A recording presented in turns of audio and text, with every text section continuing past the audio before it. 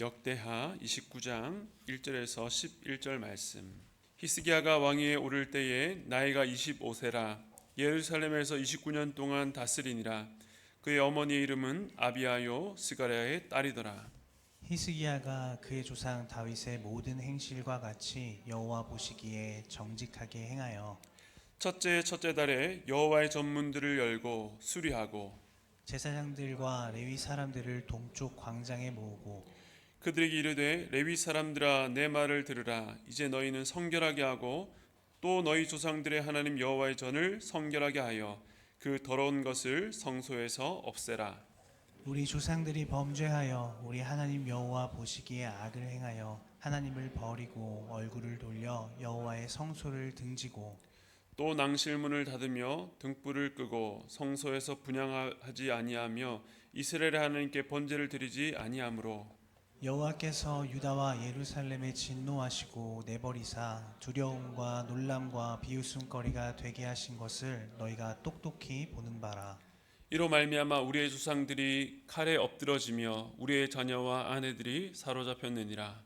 이제 이스라엘의 하나님 여호와와 더불어 언약을 세워 그 맹렬한 노를 우리에게서 떠나게 할 마음이 내게 있노니. 함께 읽겠습니다.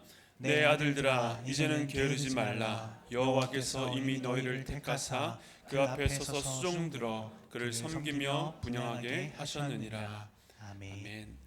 아멘. 네, 거의 2달 만에 수요예배 강단에 선 것 같습니다. 오늘은 이제는 게으르지 말라라는 제목으로 할 말씀 나누도록 하겠습니다. 이번 주 토요일이 되면 이제 순장반이 개강하고 또 이어서 이제 다락방과 또 훈련이 개강하게 되는데 오늘 설교를 준비하면서 여러분 제목에서 보는 것처럼 이제 방학을 마치고 새로운 학기를 맞이하는 우리에게 꼭 필요한 말씀이라는 생각이 들었습니다. 물론 방학 중에도 우리가 육체적인 쉼도 필요했지만 혹시 영적으로 방황을 하며 보낸 분들이 있다면 오늘 말씀을 통해 우리의 마음을 새롭게 하시는 은혜를 누릴 수 있게 되기를 축복합니다. 지난 시간에는 지금까지 유다 왕들 가운데서도 가장 악한 왕이라고 할 수 있는 이 아하스에 대해서 우리가 살펴보았습니다. 아하스가 통치한 기간 총 16년이었는데요. 그야말로 악한 일만 행했습니다.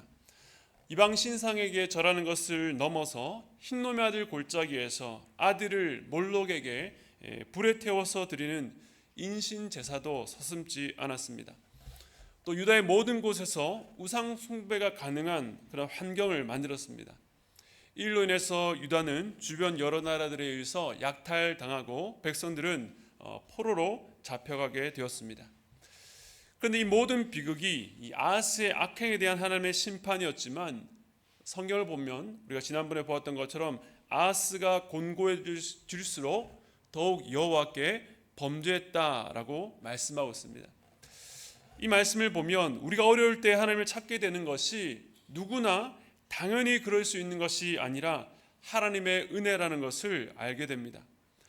하지만 아하스는 그 어려움을 자기 힘으로 해결하려고 당대 강대국이었던 아수르에게 도움을 청하다가 수치를 당하기도 했고 유다를 쳤던 이 다메섹의 신들에게 제사하고 또 그 제단 양식에 따라서 예루살렘 성전을 제멋대로 고치기까지 했습니다. 그런데 이렇게 악한 왕이 통치하는 이 악한 시대에도 여전히 백성들의 상처를 돌보시고 또 위로하시는 하나님, 악한 왕의 완악한 마음에도 불구하고 끝까지 너희와 함께 하겠다라고 하는 그 표징을 말씀하시는 하나님을 보았습니다. 밤이 어두울수록 별은 더욱 빛이 납니다. 유다가 처한 상황이 어둡고 악한 중에도 이 하나님의 사랑과 은혜는 여전히 놀라운 빛을 내며 또 이 어두운 땅에 소망이 된다는 것을 우리가 보았습니다. 오늘은 분열왕국 12번째 왕인 히스기야인데요. 처음부터 한번 해볼까요? 르호보암, 아비야, 아사, 여호사밧, 여호람, 아하시야, 그 다음에 요아스, 그리고 아마샤, 우시야, 그 다음에 우시야, 요담, 아하스, 그리고 오늘 나오는 히스기야입니다.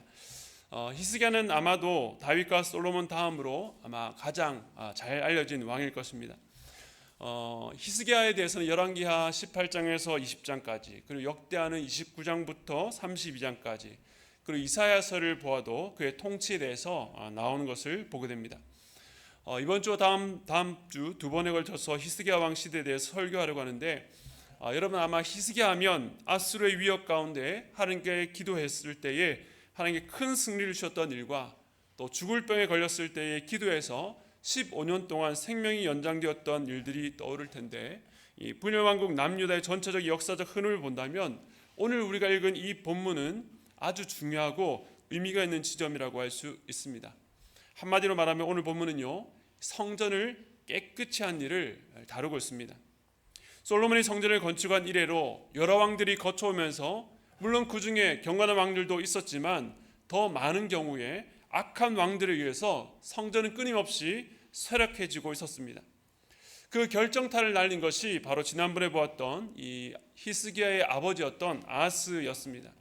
그런 가운데 이 히스기야가 성전을 깨끗이 한 것입니다. 그래서 오늘 본문은 신약의 예수님께서 이 성전을 정화하신 사건의 모형이 되기도 합니다. 히스기야는 오늘 사건을 필두로 해서 종교 개혁을 일으킵니다. 히스기야의 종교 개혁은 역대하 19장부터 31장까지 무려 3장에 걸쳐서 다루고 있는데, 그런 면에서 성전 정화 사건은 이 히스기야 종교 개혁의 출발점이라고 할 수 있습니다. 오늘 본문에 나왔던 대로 히스기야는 25살 때에 왕이 올라서 29년 동안 나라를 다스렸습니다. 역대기 저자는 그의 통치 전반에 대해서 그의 조상 다윗의 모든 행실과 같이 여호와 보시기에 정직하게 행했다라고 훌륭하게 평가합니다. 그런데 우리가 아는 것처럼 그의 아버지 아하스는 참으로 악한 왕이었죠. 좋은 아버지라고 해도 선한 왕이 나오기가 쉽지 않은데, 이 악한 아버지에게서 선한 왕이 나왔으니까 참 특이한 일이라고 할 수 있겠지만, 이 남유다를 향한 하나님의 긍휼과 이 특별한 은혜라고 설명할 수밖에 없을 것 같습니다. 그가 어떻게 경건한 삶을 살다가 경건한 왕이 될 수 있었는지 성경이 침묵하기 때문에 알 수는 없지만, 적어도 그가 왕이 되기 전부터 무언가 마음속에 중대한 결심을 한 것만은 분명해 보입니다. 우리 역대하 29장 3절 말씀 함께 읽겠습니다. 시작. 첫째의 첫째 달에 여호와의 전 문들을 열고 수리하고. 아멘. 악한 아버지 아하스가 죽고 난 뒤에 뒤를 이어서 왕이 올랐을 때에 그의 통치를 시작한 첫째 해, 첫째 달, 히스기야는 기다렸다는 듯이 가장 먼저 여호와의 전 문들을 열고 수리했다라고 나옵니다. 이 본문에서 중요한 단어는 우선 여호와의 전 문을 열었다는 것입니다. 이전에 아하스는 다메섹의 신들에게 경배하면서 하나님의 전의 기구들을 모아서 부수고 또 여호와의 전의 문을 닫아버렸습니다. 언제부터 언제까지 닫혔는지 알 수 없지만 아하스는 백성들이 하나님께 나아가 예배하는 것을 금지시켰던 것입니다. 성전의 문을 닫아버린 아하스의 행위는 그의 신앙관 또 왕으로서의 그의 통치관이 무엇인지를 보여주는 상징적인 행위라 할 수 있습니다. 앞서도 요담이 이 아버지 우시야가 성전에서 나병의 저주를 받은 일로 인해서 자기 혼자만 성전에 나가지 않았다라고 한다면, 이 아하스는 자신뿐만 아니라 백성 모두가 하나님께 나가지 못하게 만든 것입니다. 아하스가 이런 가치관으로 16년 동안 나라를 다스렸으니까 히스기야가 9살 때부터 왕이 되는 이 25살 때까지 아버지가 나라를 다스린 결과 나라가 어떤 위기에 처했는지를 잘 보았을 것입니다. 히스기야가 이어받은 유다는 대내외적으로 매우 큰 어려움에 처해 있었습니다.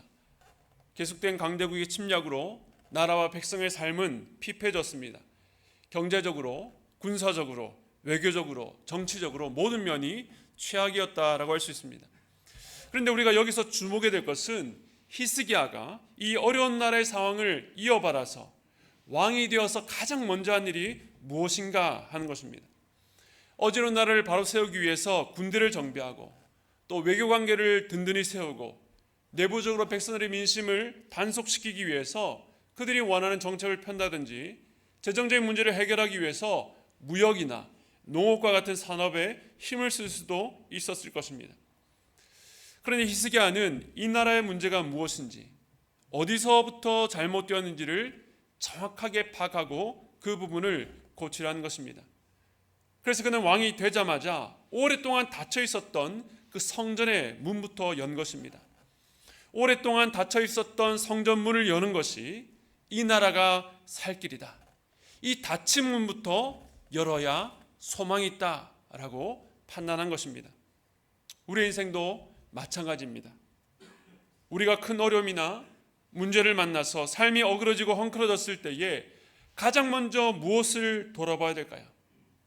사람들은 간절히 바라는데 길이 열리지 않고 막히거나 어그러지면 마치 내 인생이 막힌 것 같다, 답답한 그런 느낌을 받습니다. 그래서 이 문제만 해결되면, 이 기회만 잘 열리면 풀릴 것이라고 그렇게 기대합니다. 그러나 좋은 기회를 놓치거나 우리 인생에서 어떤 실패를 경험했다고 그 인생길이 막혔다고 할 수는 없습니다. 반대로 모든 면에 있어서 승승장구하는 것 같고 사람들이 부러워할 만한 삶을 산다 해도 그 사람이 하늘을 향해서 닫혀 있다면 그 사람에게는 인생의 문이 닫힌 것과 마찬가지입니다. 그러니까 내 미래가 보이지 않고 재정의 문이 열리지 않고 관계가 다 차단된 것보다 더 심각한 문제는 하나님과의 대화 창구가 닫힌 것입니다. 적어도 수협에 오시는 분들이니 하늘을 향한 사모함으로 이 자리에 있는 줄 압니다. 하늘을 향해서 여러분의 문은 열려 계십니까? 아침에 눈을 떠서 하루를 어떻게 시작하십니까? 스마트폰을 가장 먼저 보거나 아니면 나도 모르게 한숨으로 시작한다면 시작하지도 않은 하루에 저주를 붓는 것과 마찬가지입니다. 여러분의 하루 그 첫 시작을 주님을 향한 문을 열고 시작하시기를 바랍니다. 길지 않아도 좋습니다. 혼자 힘으로 시작하는 하루가 아니라 이 짧은 기도라 할지라도 주님을 여러분의 삶에 초청하시고 그 주님과 함께 하루를 열기를 바랍니다. 히스기야가 나라의 통치 주도권을 쥐었을 때에 성전의 문을 연 것처럼 여러분의 삶에 있어서도 하나님께 닫힌 문을 열어서 순간마다 하나님께 나아가시기를 바랍니다. 사방이 닫혀 있어도 하늘 향한 문이 열려 있다면 소망이 있는 줄 믿으시기 바랍니다. 첫 번째는요, 여호와를 향해서 문을 열라는 것입니다. 이제 두 번째 보겠습니다. 성전의 문을 연 후에 히스기야는 제사장들과 레위 사람들을 모아서 그들이 해야 할 일을 명령했습니다. 역대하 29장 5절 말씀 우리 함께 읽겠습니다. 시작. 그들에게 이르되 레위 사람들아 내 말을 들으라. 이제 너희는 성결하게 하고 또 너희 조상들의 하나님 여호와의 전을 성결하게 하여 그 더러운 것을 성소에서 없애라. 먼저는 제사장과 레위 사람들을 스스로 성결하게 하고 그 다음에 여호와의 전을 성결하게 하라고 명령합니다.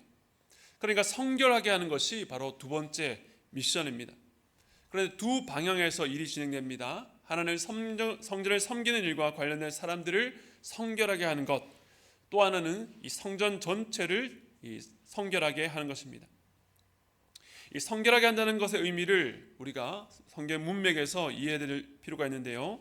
이 성결에 대해서 가장 자세하게 다룬 책은 바로 레위기입니다. 레위기 주제 전체가 바로 성결, 거룩에 대한 말씀입니다. 레위기는 죄인인 이스라엘이 어떻게 거룩하신 하나님 앞에 설 수 있는가, 어떻게 거룩하신 하나님께 예배하고 살아갈 수 있는가를 다루고 있습니다. 레위기 바로 앞에 책이 출애굽기인데 하나님께서 이스라엘 백성들을 출애굽한 이후에 시내산에서 언약을 맺으신 다음에 출애굽기 마지막에 보면 이 성막을 완성하는 것으로 끝이 나고 레위기로 이어집니다. 성막이 무엇입니까? 거룩하신 하나님께서 자기가 택하신 백성들 가운데 함께 거주하기 위해서 만들어진 것입니다. 그러니까 하나님께서 이스라엘에게 율법을 주시고 그대로 살라고 다 맡기신 것이 아니라 직접 그 백성들의 한가운데 거하시고 교제하면서 그들을 거룩하게 하는 일에 주도적으로 일하시며 함께 거하시겠다고 보여준 것이 바로 성막입니다. 그러므로 이스라엘은 성막에 거하시는 하나님, 그리고 솔로몬 이후에는 성전에 거하시는 하나님과 교제할 수 있게 되었습니다. 그런데 이스라엘의 왕이 있었지만 성전에 계신 하나님은 이스라엘의 참된 왕으로 계시기 때문에 반드시 그 앞에 나아가기 위해서는 합당한 절차와 방식을 따라야만 했습니다. 그래서 레위기의 시작은 이 성막에서 하나님을 만나는 절차와 방식, 바로 이 5가지 제사법에 대해서 가르칩니다. 이 절차를 따르지 않으면 이 죽음이란 결과가 따릅니다. 뿐만 아니라 레위기 곳곳에서 거룩을 범하면 죽게 된다라고 말씀합니다.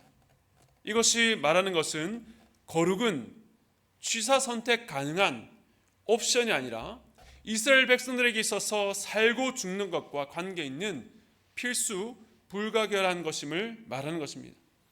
이 모든 일에 대한 지침서가 바로 레위기에 기록되어 있습니다. 그래서 우리가 레위기를 읽어보면 거룩을 설명하는 어떤 메커니즘, 구조가 있다는 것을 알게 됩니다. 사람에 대해서, 또 장소에 대해서, 또 시간이나 물건 등은 모두 크게 두 부분으로 이 거룩한 것과 속된 것으로 구분됩니다.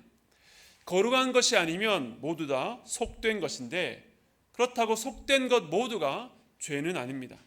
이 속된 것들 중에서도 다시 정한 것과 부정한 것으로 구분됩니다. 그래서 단계로 보면 가장 아래 단계인 이 부정한 것에서 그 윗 단계인 정한 것, 그리고 가장 높은 단계인 거룩한 것으로 정리할 수 있습니다. 이 거룩은 하나님의 속성을 나타내죠. 즉 레위기에서 거룩이란 말은 하나님께 구별되어 드려진 정한 것들 중에서 하나님께 구별하여 드려진 것을 바로 거룩한 것이라고 말씀하는 겁니다. 시간의 경우는 어떻습니까? 구별된 시간이라고 해서 이 안식일, 또 1년 중에 구별된 절기들입니다. 하나님께 드려진 시간이죠. 제물의 경우는 정한 것들 중에서 하나님께 드려지고 연락된 제물이 바로 거룩한 것이 됩니다. 반대로 정한 것이었지만 그 동물에 흠이 생기거나 다치게 되면 부정한 것이 되어서 하나님께 드릴 수 없습니다. 사람의 경우는 어떻습니까? 나실인이나 제사장처럼 하나님께 드려진 사람, 어떤 목적을 위해서 구별된 사람이 바로 거룩한 사람이 됩니다. 이렇게 부정과 정한 것, 그리고 거룩한 것 사이에는 이 차등과 단계가 있음을 통해서 말하고자 하는 것은 거룩하신 하나님과 인간 사이에는 그만한 존재적 차이가 있다는 것입니다. 사실은 절대로 가까이 할 수 없는, 같이 할 수 없는 간극이 있는 것이죠. 그러나 하나님께서는 친히 그 간극을 줄이기 위해서 이 백성들에게 레위기를 주신 것입니다. 결국 제사장들과 레위인들에게 이 성결하게 하라는 명령은 아하스가 다스리던 그 악한 시대 속에서 부정해진 그들이 다시금 하나님을 예배하는 일에 쓰임을 받을 수 있도록 정결 규례를 통해서 부정한 것을 제하라는 명령이었습니다. 성전을 성결하게 하는 것도 부정한 자들의 부정한 행위들을 통해서 성전의 기물들이 파괴되고 거기에 우상의 제단을 갖다 놓았기 때문에 부정하게 된 것을 정결케 하는 것입니다. 즉 닫힌 문만 연다고 관계가 즉시 회복될 수 있는 것이 아닙니다. 하나님과의 관계가 회복되기 위해서는 하나님께서 정하신 방식대로 하나님을 예배할 수 있도록 섬기는 이와 또 성전 기물들을 성결하게 해서 거룩히 구별해야 하는 것입니다. 그렇다고 정해진 절차를 행함으로 성결해지는 것은 아닙니다. 그 핵심이 오늘 본문 6절과 7절 말씀에 있습니다. 우리 함께 읽겠습니다. 시작. 우리 조상들이 범죄하여 우리 하나님 여호와 보시기에 악을 행하여 하나님을 버리고 얼굴을 돌려 여호와의 성소를 등지고 또 낭실문을 닫으며 등불을 끄고 성소에서 분향하지 아니하며 이스라엘의 하나님께 번제를 드리지 아니하므로. 히스기야가 그들에게 더러운 것을 없애라고 했는데 이 더러운 것이 무엇입니까? 1차적으로 눈에 보이는 우상들과 여러 가지 기물들이었겠지만 진짜 더러운 것은 아까 봤던 말씀에서도 얘기하는 것처럼 여호와 보시기에 악한 것을 행한 것, 그 동사를 중심으로 보면 버리고 돌리고 등지고 문을 닫고 끄고 분향하지 않은 것, 하나님을 철저히 외면하고 버린 것이 범죄요 더러운 것이라고 말씀하고 있는 것입니다. 그렇다면 이 모든 행위가 나오는 그 근원이 무엇이겠습니까? 로마서 1장 28절에 보면 모든 죄의 근원은 하나님 두기를 싫어하는 마음이라고 했습니다. 즉 히스기야는 제사장과 레위인들에게 궁극적으로 그 마음의 회개를 촉구하고 있는 것입니다. 물론 정결례를 통해서 부정해진 자신과 성전을 정결케 하는 그 절차, 의식을 따라야 되겠지만 그것만으로 되는 것이 아니라 그러한 의식을 통해서 자기 마음속에 있는 진짜 더러운 것들, 그동안 하나님 향해서 등을 돌리고 닫아버린 마음을 깨닫고 자복하는 회개를 요구하고 있는 것입니다. 물론 이 모든 일을 악한 이 아하스 탓으로 돌릴 수도 있겠지만 하나님은 먼저 부름받은 제사장 레위 사람들에게 자신 안에 있는 죄를 회개하고 하나님 용서를 받아 깨끗하게 되라는 요구를 하고 계신 것입니다. 왜 그렇습니까? 그동안 닫혀 있다가 이제 막 열린 성전 문을 통해서 다시 시작될 예배의 회복을 위해서 이 예배를 섬기는 그들이 먼저 회개하고 정결케 되지 않으면 안 되기 때문입니다. 그러면서 오늘 본문 마지막 11절에서 히스기야는 이렇게 말합니다. 권면합니다. 우리 함께 읽겠습니다. 시작. 내 아들들아 이제는 게으르지 말라. 여호와께서 이미 너희를 택하사 그 앞에 서서 수종들어 그를 섬기며 분향하게 하셨느니라. 아멘. 히스기야는 레위인과 제사장들을 따뜻한 호칭 내 아들들아라고 부릅니다. 즉 히스기야는 그들의 잘못을 들춰내고 정죄하는 것이 목적이 아니라 그들이 그 잘못된 길에서 돌이켜 제대로 된 길에 돌아서기를 바라는 마음에서 이런 말을 하고 있는 것입니다. 히스기야의 메시지는 분명합니다.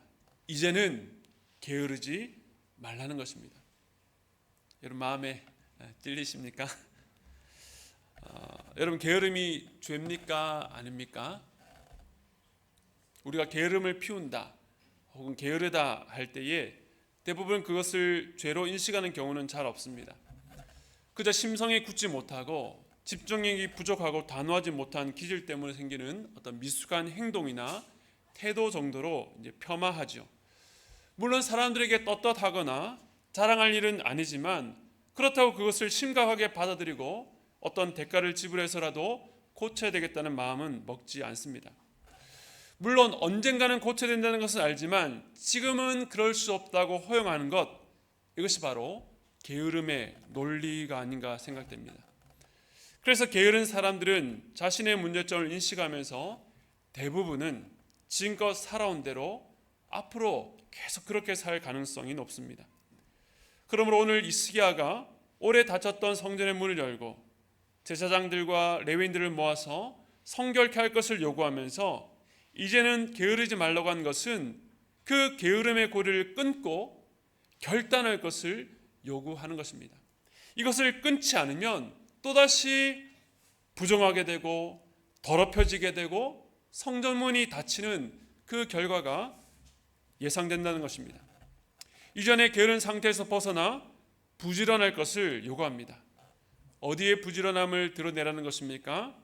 오늘 말씀 보면 하나님께서 너희들을 이미 택하사 그 앞에 서서 수종들어 섬기게 한 일에 있어서 부지런함을 드러내라는 것입니다.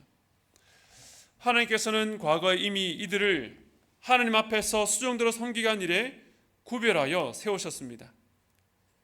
그러므로 이들에게 있어서 게으름의 죄는 그저 늦잠 자고 공부 안 하고 자기 개발에 열심을 내지 않는 상태가 아니라 하나님께서 그들을 택하셔서 맡기신 사명을 감당하지 않고 멈춰 있는 상태를 말하는 것입니다.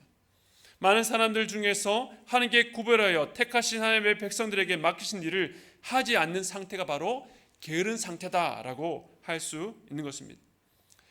즉 그 말은 이 세상에서 아무리 열심을 다해 살고 열심히 노력하고 성실하게 일할지라도 하나님께서 우리에게 주신 그 사명이 무엇인지 전혀 관심 없는 상태에 있다면 그가 아무리 열심히 살든 상관없이 그 자체가 바로 게으름이라는 것입니다. 물론 이들에게 이유가 없었던 것은 아니었습니다. 아하스는 성전문을 닫았고 우상 숭배를 장려했고 하나님 섬기는 것을 방해하고 핍박했습니다. 그러나 시대나 환경이 그렇다고 해서 이들에게 맡기신 하나님의 사명이 사라지거나 없어지는 것은 아닙니다. 신앙을 핍박하던 초대교회 시대에나 눈에 보이지 않는 핍박이 여전한 지금 시대에나 하나님께서 우리들에게 요구하시는 것은 변함이 없습니다. 가장 어두운 시대라 할지라도 제사장들과 레위인들이 하나님을 예배하고 백성들로 하여금 무엇이 거룩이며 무엇이 죄인지를 가르쳐서 그 백성들이 거룩하신 하나님 앞에 나와 예배할 수 있기를 원하셨습니다. 그러나 그들은 그 일에 게을렀고 결국 나라를 어둠 가운데 빠뜨렸습니다. 히스기야가 유다의 종교를 개혁하면서 시작한 이 성전 정화 운동은 바로 그 사명을 맡은 자, 게으름으로 깊은 영적 침체에 또 잠에 빠진 자들을 일으켜 세우는 일에서 시작한 것입니다. 닫힌 문을 열라, 성결하라, 부지런하라. 이 말씀은 각기 따로 지켜야 될 말씀이 아니라 서로 연결되어 있습니다. 하늘 향해서 문을 닫아두고 사는 삶은 자연히 하늘 마음에 두기 싫어하는 더러움에 빠질 수밖에 없습니다. 그리고 그러한 삶은 자연스럽게 주께서 맡기신 사명에 대해서 게으른 태도로 나타납니다. 그러면서도 그 게으른 태도를 잘못된 시대, 아하스가 왕이기 때문이다라고 합리화하는 것입니다. 이처럼 모든 것이 무너진 참담한 현실 가운데 히스기야는 왕으로 부름을 받은 자가 해야 될 일이 무엇인지를 분명히 알고 그 시대에 잠들어 있었던 자들을 깨우고 있습니다. 오늘날 우리의 왕 되신 예수 그리스도께서 오늘 이 예배를 통해서 우리를 깨워주시기를 소원합니다. 이 말씀을 듣는 여러분뿐만 아니라 말씀을 전하는 저 또한 하나님께 주신 사명을 잊고 게으름 가운데 있었다면 깨어나기를 원합니다. 오늘날 이 시대는 많고 분주한 일들이 어떻게 해서든 우리의 마음을 빼앗으려는 시대입니다.